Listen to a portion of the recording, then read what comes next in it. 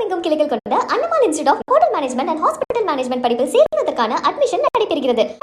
பல்வேறு சட்ட போராட்டங்களுக்கு பிறகு மரண தண்டனையிலிருந்து விடுவிக்கப்பட்ட கேரளத்தைச் சேர்ந்த அப்துல் ரஹீம் 20 ஆண்டுகள் கழித்து சொந்த ஊர் வந்தடைந்தார். இது குறித்த கூடுதல் விவரங்களை நமது செய்தியாளர் ரமேஷ்குமார் வழங்க கேட்கலாம். ரமேஷ்குமார், விரிவான தகவல்களை பதிவு பண்ணலாம்.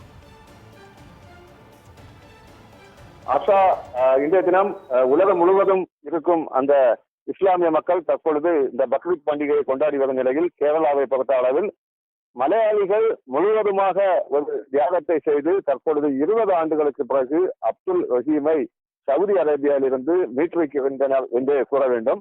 கடந்த 2006ஆம் வருடம் கோழிக்கோடு அருகே கோடம்புழா பகுதியை சேர்ந்தவர் அப்துல் ரஹீம். இவர் 2006ஆம் வருடம் சவுதி அரேபியாவில் வேலைக்காக செல்கிறார். அங்கு 15 வயது சிறுவனை பராமரிக்கும் ஒரு பணியில் ஈடுபடுத்தப்பட்டிருந்தனர். குறிப்பாக அந்த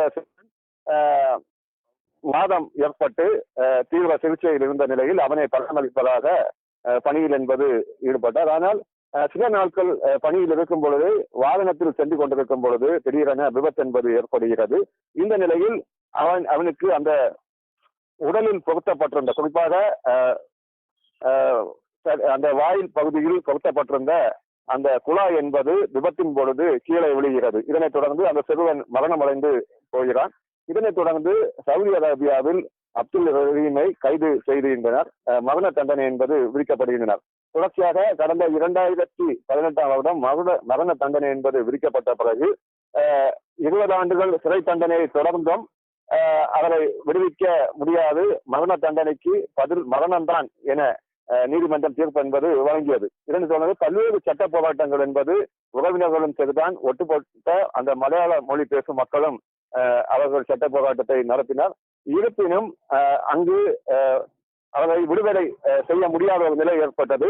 ஒரு கட்டத்தில் அந்த ஒட்டுமொத்த மலையாளிகளும் அதே போன்று அங்கிருக்கும் அமைப்புகளும் தொடர்ச்சியாக அந்த 15 வயது சிறுவன் அனாஸின் உறவினர்களிடம் ஒரு பேச்சுவார்த்தையில் ஈடுபட்டனர். குறிப்பாக வரும் நாட்களில் போதிய நிவாரணம் என்பது வழங்குவோம் என தெரிவித்திருந்தனர். இதனைத் தொடர்ந்து சவுதி அரேபியா பணத்தை பொறுத்தவரை 15 மில்லியன் சவுதி ரியால்கள் என்பது வழங்கப்பட்டிருக்கிறது. இதற்கு 34 கோடி ரூபாய், நம்ம இந்திய பணத்தை பொறுத்த அளவில் 34 கோடி ரூபாய். இந்த பணத்தை ஒட்டுமொத்த மலையாளிகளும் வெளிநாடுகளிலிருந்தும் சரிதான் அவர்கள் அன்பளிப்பாக சிறு சிறு தொகையாக சேர்த்து இந்த 34 கோடி ரூபாயும் சவுதி அரேபியா நீதிமன்றம் மூலம் அந்த உயிரிழந்த சிறுவனின் அனாஸ் அவனின் உறவினர்களிடம் ஒப்படைக்கப்பட்டது. இதனைத் தொடர்ந்து இந்த மாதம் முதல் அப்துல் ரஹீம் விடுதலை என சவுதி அரேபியா நீதிமன்றம் தீர்ப்பு என்பது வழங்கியது. அதனைத் தொடர்ந்து இந்திய தினத்தை பொறுத்தளவில் சவுதி அரேபியாவிலிருந்து நேரடியாக கோழிக்கோடு கல்போர் விமான நிலையத்துக்கு அப்துல் ரஹீம் 20 ஆண்டுகளுக்கு பிறகு வந்திருக்கிறார். அவரை ஒட்டுமொத்த மலையாள மொழி பேசும் மக்களும் ஆதரவி வரவேற்கின்றனர். அது மட்டுமின்றி உறவினர்களும் வரவேற்கின்றனர். பக்ரீத் கொண்டாட்டம் என்பது ஒருபுறம் இருந்தாலும் மறுபுறம் அதனை விட 20 ஆண்டு கால சிறை தண்டனைக்கு பிறகு வந்திருக்கும் அந்த அப்துல் ரஹீமை உலகம் முழுவதும் இருக்கும் அந்த மலையாள மொழி பேசும் மக்கள் தற்பொழுது வரவேற்கின்றனர். ஆஷா,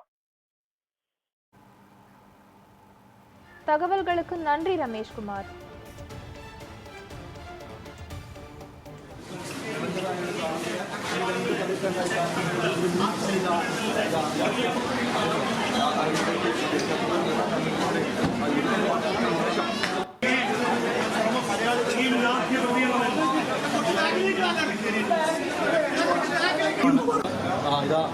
ഇതാ വരുന്നു.